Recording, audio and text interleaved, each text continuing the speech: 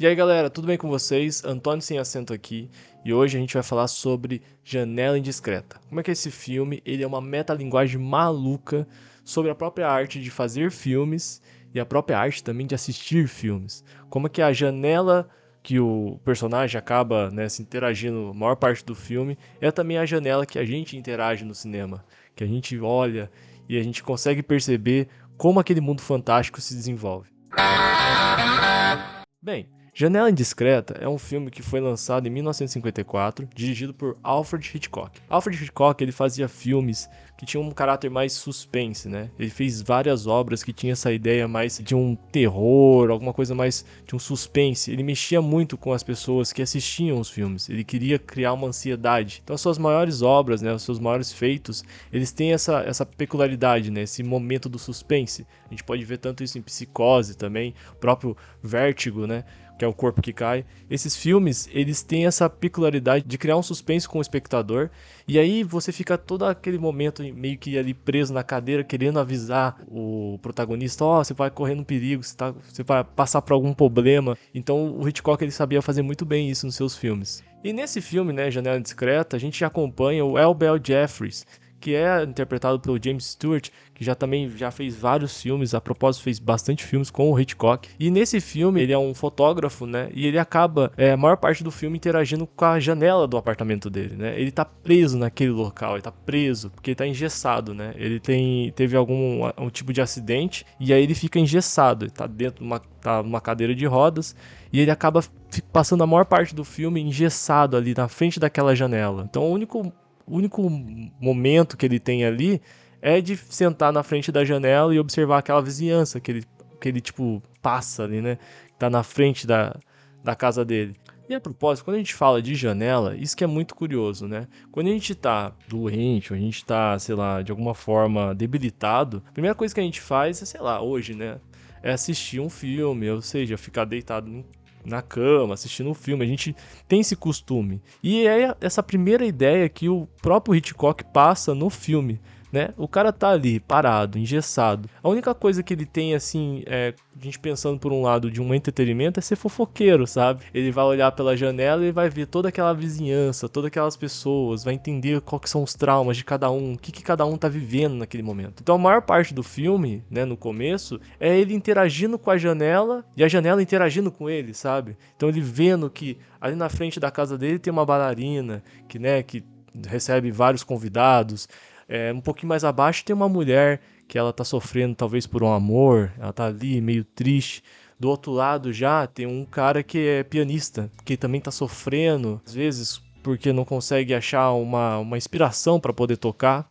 Mas espera aí, tem uma coisa de estranho ali também. Tem um casal que mora um pouquinho mais acima ali que tá tendo certos comportamentos. A esposa tava doente, o rapaz estava ali presente, ele saía com a maleta. Tem alguma coisa estranha ali. O que será que tá acontecendo ali? Então a gente começa a entender que toda aquela vizinhança não passa de uma grande produção, de uma grande teatralidade, onde nosso protagonista está ali, sentado como um espectador, olhando tudo.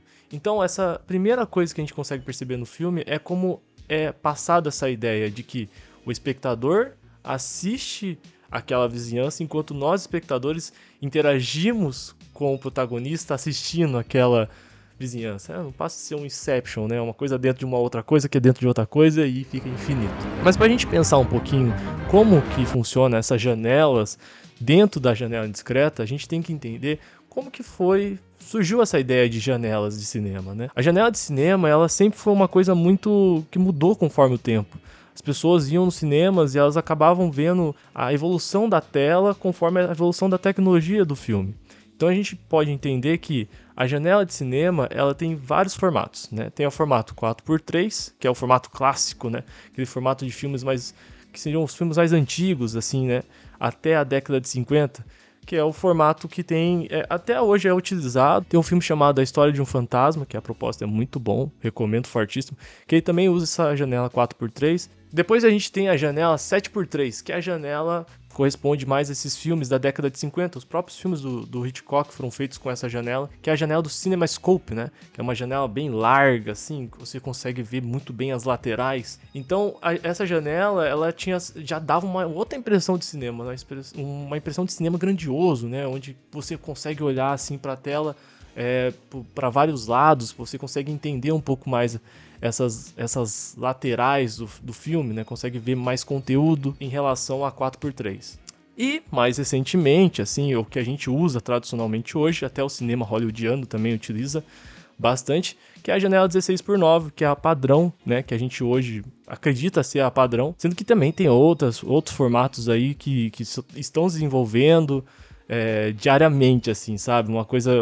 Várias inovações tecnológicas também estão surgindo no cinema. Essa 16x9 é o que a gente hoje entende como um cinema, né? Como uma coisa mais padrão, né? Por exemplo, esse vídeo aqui, ele é feito em 16x9, né? O vídeo do YouTube é 16x9. Então, é o que a gente hoje ocupa as telas, seria esse formato mais padrão. Mas pra gente entender um pouco mais sobre essa relação da janela e seus formatos, a gente tem que também compreender qual que é a parte, sei lá, poética desse meio, sabe? Porque é o seguinte, quando eu pego uma câmera e a gente recorta ela, você tá tendo essa ideia de dimensão. Dimensão onde os recortes que eu tô fazendo aqui no meu enquadramento é a visão que você tem do meu quarto, do meu ambiente, onde eu estou ocupado. Mas diferentemente disso, existem coisas para além da câmera.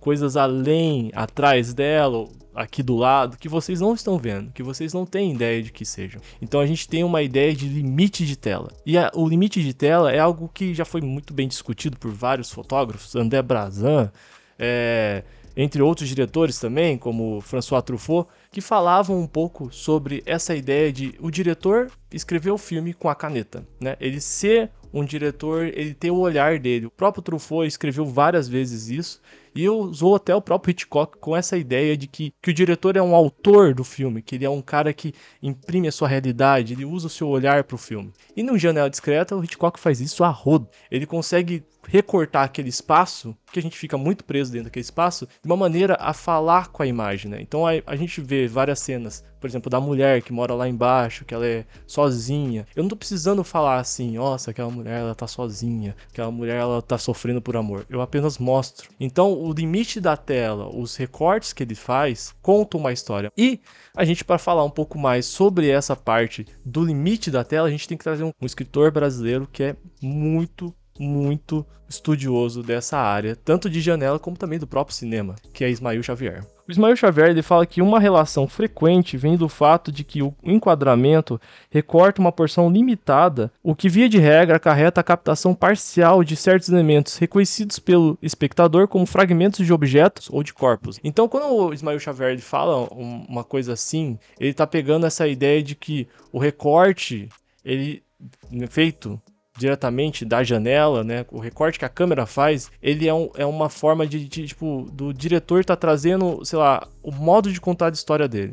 Quando eu quero contar, que eu quero dar uma impressão de que a pessoa tá triste, eu faço um recorte, eu posso fazer vários recortes, mas eu posso fazer um recorte do olho, da lágrima caindo, eu posso fazer o recorte mais distante. Então, a forma que eu recorto o espaço e deixo a pessoa lá, é diretamente proporcionada pelo próprio diretor. O diretor ele escolhe a forma ideal que ele quer contar aquela história. Outro trecho interessante desse livro do Ismael Xavier que é a opacidade de transparência. As metáforas que propõem a lente da câmera como uma espécie de olho de um observador astuto apoiam-se muito no movimento de câmera para legitimar sua validade, pois são as mudanças de direção, os avanços e recuos que permitem associações entre o comportamento do aparelho e os diferentes momentos de um olhar intencionado. Se a gente pegar isso dentro do Janela Indiscreta, a gente consegue ver como que a câmera ela serve essa forma. Ela serve como se fosse um olhar. Tem até a propósito uma cena do Janela Indiscreta que a propósito tá aqui no monitor até, que é quando o James Stewart ele pega a câmera, ele é um fotógrafo e ele quer ver além. Então a câmera serve como se fosse um zoom, né? Um olho humano, um zoom mecânico,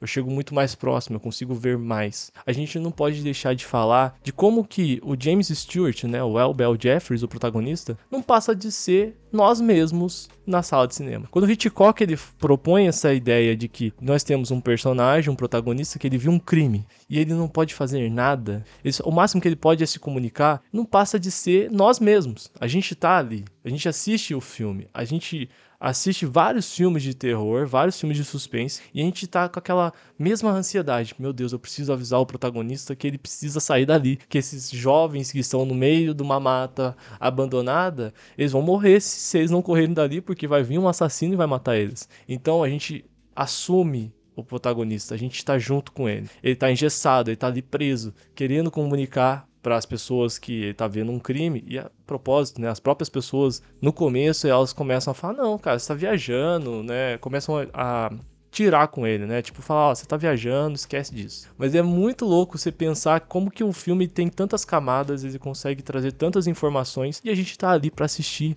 para interagir com a tela, para, né, viver aquele momento com o protagonista. Isso, meus amigos, é cinema. Eu podia entrar numa polêmica aqui que fala, né, o próprio Martin Scorsese falou assim, né, os filmes da Marvel não são cinema. Eu acredito que cinema é isso sim, cara. Cinema é você interagir com a tela, você ver uma história sendo contada, você viver aquela história com o protagonista. Isso é cinema. Se isso te causa, né, uma sensação boa, ruim, né, se você vive várias emoções sentado na cadeira, então quer dizer que valeu a pena, quer dizer que funcionou o filme, certo? Eu posso ter saído do filme, cara, foi um filme horrível. Cara, valeu, porque você teve uma emoção, você teve algum sentimento ali.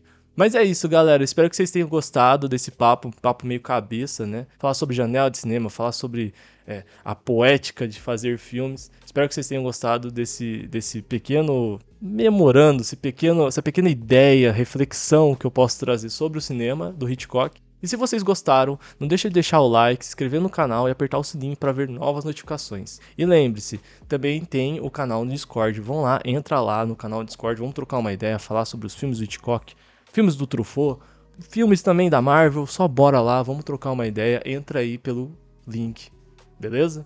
E se você tem mais coisas para comentar, se você tem mais impressões até dos próprios filmes do Hitchcock, também deixa aí nos comentários, vamos trocar uma ideia, tá? Tamo junto, muito obrigado por assistir esse vídeo e tamo junto!